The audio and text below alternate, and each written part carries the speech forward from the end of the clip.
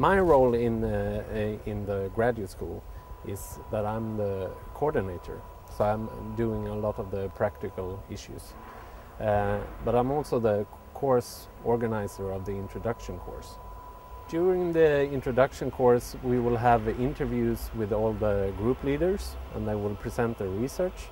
We will also have some small assignments, and finally we will end with a conference, a biomimetic conference, where you will meet the teachers and you will also meet each other. My research background is in functional genomics. I used a functional genomics approach to identify carbohydrate active enzymes that are involved in wood formation. That was basically my PhD project.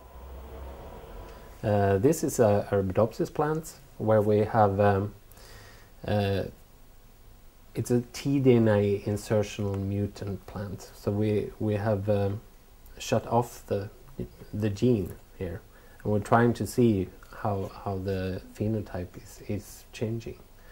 And I'm using this because I've identified a lot of genes in poplar that are involved in secondary cell wall formation.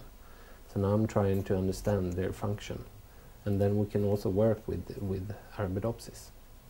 I have combined microarrays with bioinformatics and also full-length sequencing to identify these genes. And now also all the results from my experiments, but also from other people here in Sweden, you can find these results in databases. So I'm also doing a lot in my research today, so-called gene mining. So you don't have to do the experiments yourself. You can do some mining in databases. Since my master's degree, I've been focused on plant biotechnology and especially forest biotechnology, because I really think that the forest industry can gain a lot of using biotechnology. And I've always had an interest in forestry. My father worked in forestry, and I'm also a forest owner myself. Basically, I'm continuing my PhD project.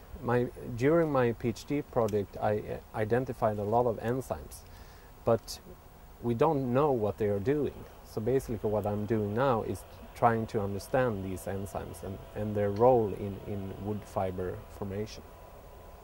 I started trying to understand wood formation. I started trying to identify the genes that are involved in wood formation.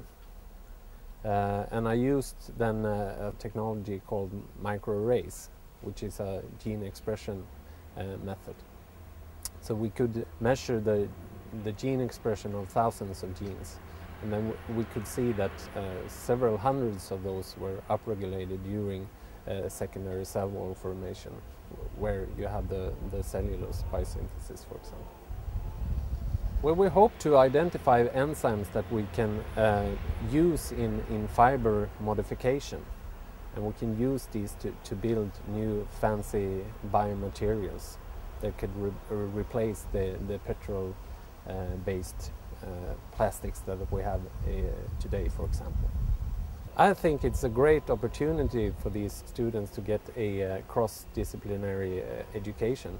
I must say I'm really jealous of these students.